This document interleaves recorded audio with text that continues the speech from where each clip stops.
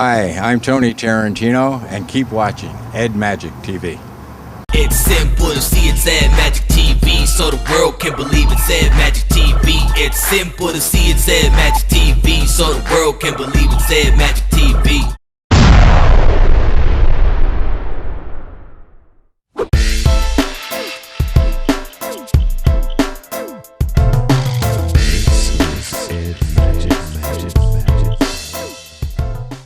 Welcome back to Ed Magic TV. I'm Pete Allman. It's a beautiful day here in Hollywood. Still considered the movie capital of the world. Of course, we know that some great pictures have been made here. And one of my guests today that I'm going to be talking with is a gentleman that spans back through his family of 80 years of filmmaking, and not one picture that they've produced has lost money for their investors.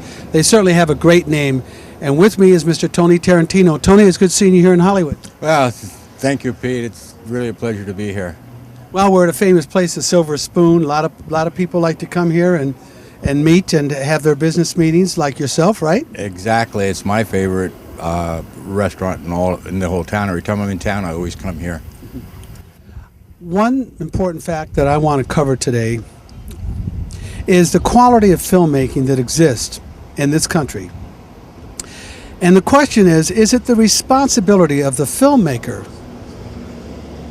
to put films together that are good for families, or is it the responsibility of the family to make sure their kids don't see the wrong films? Where does it lie? You're kind of getting in between a rock and a hard place there. One thing we have to always stay aware of is the Constitution of the United States, and the First Amendment grants everybody the right to their opinion, and particularly when it involves the arts. All right, that's why you can get away with so many things that I wouldn't have anything to do with, but yet it's a legality thing. So I think, my personal opinion, the real responsibility lies in the family.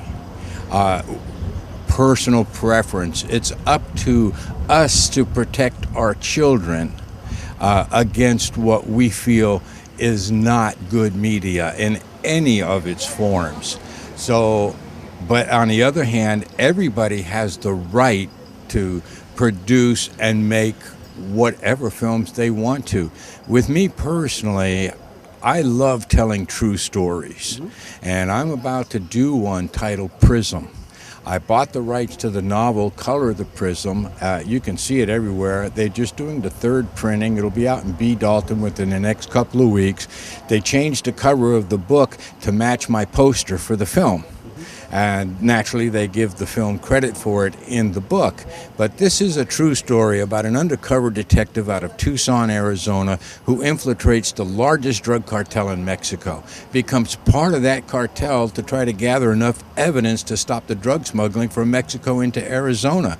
Now, some horrific things happen in this film, but what happens to real people in real life. And the message I see it putting out there, and the reason I want to do it, is it'll show young people what really happens to people that get involved in drugs and drug trafficking.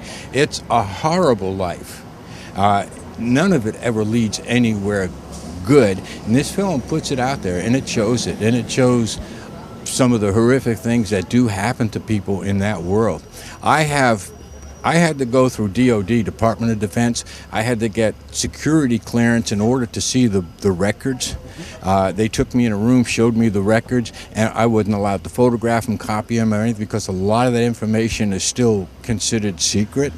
But they said you could read it, you can use whatever you want in your head, but you can't have copies of anything. I saw the caves and the tunnels where they did all the drug trafficking.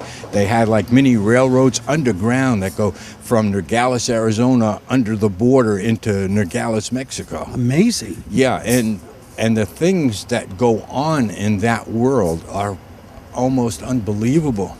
And I think people really need to see that. But again, on the same hand, I would not recommend it for young people. It will be an R-rated film because of violence and other things that are in it.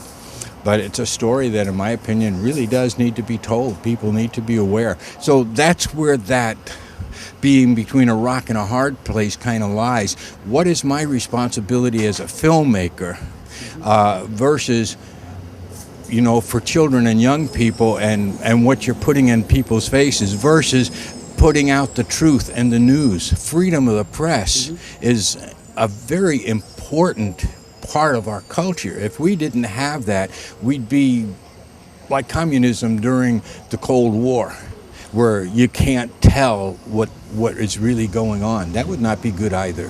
For the people out there, we want to cover the family ancestry, starting back with Dominic Tarantino, your father, who started in silent films, also as an actor, and all the way up to 2009, how every film that was produced always made money for the investors.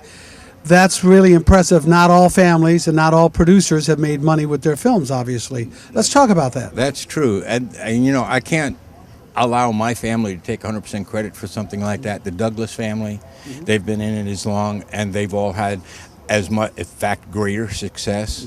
The Barrymore family, probably even more time than that, with tremendous success. But yeah, my dad started in films the late 29, 30, and all he did was westerns. He worked with people like Buck Jones, Tom Mix, Tim McCoy, Hub Gibson, Fred Thompson, names that most people today don't even recognize, but they were the heroes of the 30s. Then in 37, he met my mom, got married, and then had to do what we so commonly call in Hollywood, get a real job, support a family. I come along, and that was the end of his career. So I kind of grew up listening to all of his Hollywood stories, talking about all these really famous people in Hollywood, and I just ate it up. From the time of junior high school, I was always in school plays. Graduated high school, went on to the Pasadena Playhouse College of Theater Arts, got my BA degree in theater arts. Then from there to a year in New York, worked studying under Lee Strasberg, because acting, it's just something I had to do.